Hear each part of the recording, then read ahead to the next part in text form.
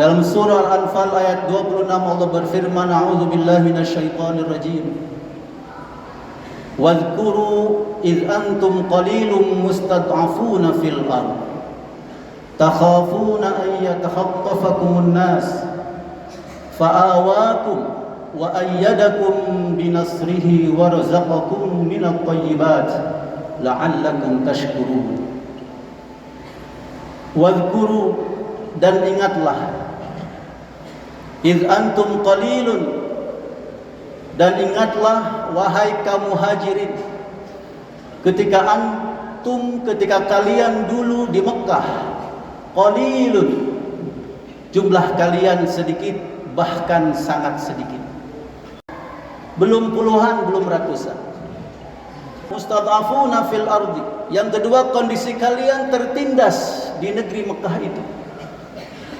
Minoritas, biasanya minoritas muslim kalau hidup di mayoritas non muslim biasanya memang tertindas. Takhafun ayatakhattafakumun nas, kalian takut diculik oleh musuh-musuh kalian. Tetapi kemudian Allah fa'awakum, memberikan tempat terbaik buat kalian itu di Madinah. Wa ayyadakum binasrihi, dan menguatkan kalian, mengukuhkan kalian dengan pertolongan Allah. Wa razaqakum minat thayyibat, dan Allah berikan rezeki dari yang baik-baik. La'allakum tashkurun, semoga kalian menjadi orang-orang yang bersyukur. Jamaah yang dimuliakan Allah Subhanahu wa taala, kondisi kaum muslimin di Mekah saat itu jumlahnya sangat sedikit. Ini mungkin kaitannya, walaupun tidak mungkin kita samakan dengan kondisi kaum muslimin di Indonesia. Yang jelas ada kemiripan. Kaum muslimin pada masa penjajahan, apakah sudah banyak seperti sekarang? Tidak, masih sedikit. Masih banyaknya adalah animisme, dinamisme, Hindu, Buddha. Mungkin ateis juga banyak. Kalian sedikit di masa-masa penjajahan itu. Mustad'afuna fil ardi, tertindas di muka bumi, tertindas di negeri tercinta ini. Palawija, pertanian yang luar biasa suburnya di Indonesia, ternyata semuanya, hampir semuanya dikuasai oleh para penjajah itu. Kalian tertindas secara ekonomi terutama. Bahkan kalian juga takut ditangkap, diculik. Kita lihat para pahlawan kita, Soekarno diculik, Pangeran Diponegoro, Imam Bonjol diculik, dan pahlawan-pahlawan yang lain. Tapi kemudian Allah Subhanahu wa taala memberikan nikmat kemerdekaan. Fa'awakum, kalau kaum muhajirin diberikan tempat di Madinah, tempat yang nyaman untuk berdakwah, tempat yang tenang untuk tinggal, untuk mencari rezeki. Maka kemudian Allah pada 17 Agustus 1945 memberikan kemerdekaan negeri bangsa Indonesia. Allah berikan juga pertolongan yang luar biasa. Wa ayyadakum binasrihi.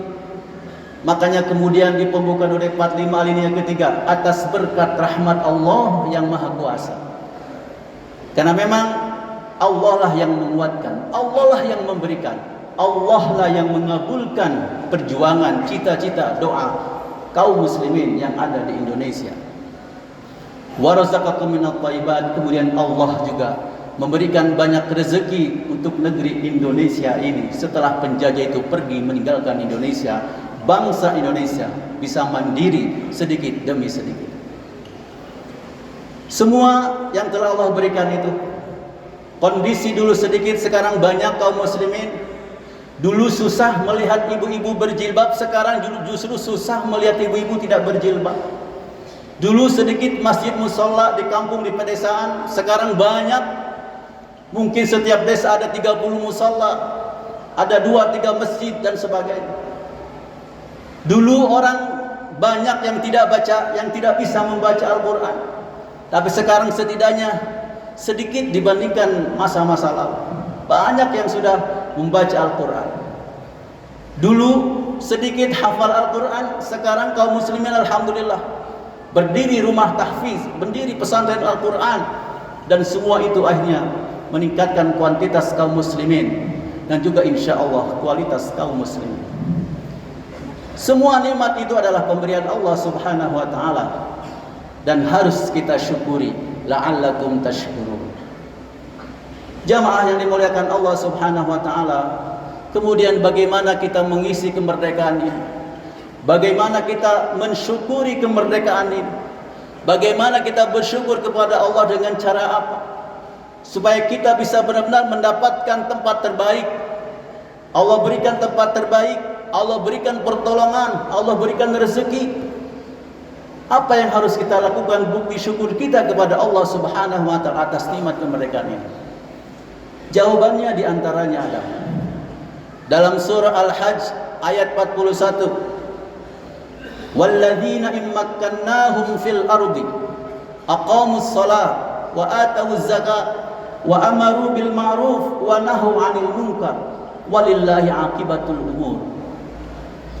Dan orang-orang yang telah kami teguhkan di muka bumi ini, dan orang-orang yang telah kami berikan nikmat kemerdekaan di negerinya, dan siapapun yang telah Allah berikan keteguhan, kekokohan, tidak lagi dijajah, tidak lagi dikuasai bangsa lain. Walladzina immakannahum fil ardi, yang telah diberikan nikmat kemerdekaan salah satunya. Apa yang harus dilakukan oleh mereka? Apa yang harus dilakukan bangsa ini? Yang pertama, aqamus shalah, mendirikan salat. Jika kita sangat paham bahwa kemerdekaan Indonesia diraih dengan izin Allah atas perjuangan kaum muslimin, para ulama, para kiai, para pahlawan, mayoritas kaum muslimin di situ berjuang ingin memerdekakan Indonesia, ingin menjadikan Indonesia merdeka. Dan mereka lakukan ikhtiar langit dan bumi. Mereka bergerilya, munajat, berdoa kepada Allah Subhanahu wa taala. Wa aqamus shalah. Sudah pasti mereka rajin salat, tidak hanya yang wajib tapi juga yang sunnah. Maka jangan sampai ketika sudah mendapatkan nikmat kemerdekaan ini, generasi penerusnya malah adha'us shalah, melalaikan salat, menyia-nyiakan salat. Karena salat ini adalah silatun bainal abdi wa rabbih, hubungan vertikal seorang hamba dengan Tuhannya. Karena inilah yang bisa membuat kita mendapatkan sesuatu yang luar biasa di luar dugaan kita. Karena Allah Maha segalanya. Maka cara pertama adalah dengan nikmat kemerdekaan ini, mari kita jaga salat kita. Saya yakin yang hadir di masjid ini tidak diragukan lagi komitmen dengan sholat 5 waktu dan juga yang sunnah-sunnahnya. Tapi mari kita ajak keluarga, sahabat, tetangga, semua masyarakat, jangan sampai melalaikan sholat ini. Jangan sampai generasi-generasi kita generasi yang ittaba'us syahawat wa da'us sholat, mengikuti hawa nafsu dan tidak mau sholat. Karena inilah yang akan menjadikan negeri ini terus mendapatkan keberkahan dari Allah Subhanahu wa taala. Kemudian yang kedua, wa atawuz zakat. Mereka terus dan senantiasa menunaikan zakat. Dalam ayat ini Allah menyebut 2 poin penting ini, aqamus shalah wa atawuz zakat. Zakat memang tidak diwajibkan kepada semua kaum muslimin. Diwajibkan hanya mereka yang telah memenuhi syarat nisab, syarat haul dan sebagainya. Tetapi di situ Allah memberikan peluang lewat infak, lewat sedekah. Karena kalau semuanya berzakat mungkin tidak mampu, tapi peluang bagi orang-orang yang tidak kaya misalnya, maka di situ ada peluang infak dan sedekah. Maka selama penduduk negeri ini komitmen dengan kewajibannya zakat, infak, sedekah, insya Allah tidak ada yang kelaparan sebenarnya. Insya Allah tidak ada yang sengsara sebenarnya. Karena semuanya melaksanakan aturan-aturan Allah Subhanahu wa taala. Inilah yang disebut dengan hubungan horizontal. Inilah hubungan sosial. Jika salat adalah hubungan kita dengan Allah ke langit, maka dengan zakat, infak, sedekah ini kita menjalin hubungan baik sesama manusia. Dan jika dua ini kita lakukan dengan maksimal, kata Allah, maka kalian tidak akan dihinakan dimanapun kalian berada. Duribat alaihimul dhillatu aynama thuqifu illa bihabli minallahi wa habli minan nas. Jika kita tidak ingin dihina, tidak ingin ditimpa kenistaan, tidak ingin dijajah, tidak ingin ditindas, maka lakukan dua hubungan ini. Hablu minallah, diantaranya dengan salat, wa hablu minan nas, diantaranya dengan zakat, infak dan sedekah. Jamaah yang dimuliakan Allah Subhanahu wa taala. Kemudian cara yang ketiga adalah wa amaru bil ma'ruf wa nahau 'anil munkar. Terus mengajak orang melakukan kebaikan dan terus mencegah orang melakukan kemungkaran. Maka insya Allah mereka disemangati untuk terus berbuat kebaikan, melaksanakan perintah Allah, diingatkan untuk tidak melanggar aturan Allah, tegakkan amar ma'ruf nahi munkar. Maka insya Allah negeri ini akan menjadi negeri baldatun thayyibatun wa rabbun ghafur. Tapi jangan coba-coba. Ketika ada yang berusaha meninggalkan amar ma'ruf nahi munkar lagi, tidak ada yang mau berdakwah, tidak ada yang mengajak orang kepada kebaikan, tidak ada lagi yang melarang kemaksiatan kemungkaran, maka siap-siaplah ujian, cobaan, musibah Allah turunkan. Maka alhamdulillah, ketika Indonesia banyak kaum muslimin, banyak ustaz, banyak ustazah, banyak kiai, banyak ulama, banyak dai berdakwah di bidangnya masing-masing, tidak hanya di atas mimbar. Itu dalam rangka mengisi kemerdekaan. Wa nahau 'anil munkar, dalam rangka mencegah mereka berbuat kemungkar. Maka kita harus saling mengingatkan siapapun, dari orang terdekat maupun orang terjauh, agar terus menjauhi diri dari segala yang dilarang oleh Allah Subhanahu wa taala. Jamaah yang dimuliakan Allah Subhanahu wa taala, maka insyaallah tiga poin yang kita lakukan ini untuk mengisi kemerdekaan ini, maka insyaallah Allah akan terus memberikan keberkahan bagi negeri ini. Karena Allah sudah berjanji, walau anna ahlal qura amanu wattaqu lafatahna 'alaihim barakatin minas sama'i wal ardh. Jika penduduk negeri beriman dan bertakwa, melaksanakan perintah Allah, meninggalkan larangannya, maka pasti Allah bukakan pintu-pintu keberkahan di langit dan di bumi. Inilah yang digambar Al-Quran, baldatun thayyibatun wa rabbun ghafur. Karena masyarakat, bangsa, penduduk yang iman dan takwa sudah pasti tidak akan mengkhianati Allah, sudah pasti tidak akan mengkhianati Rasul, dan sudah pasti akan menjalankan amanah sebaik-baiknya.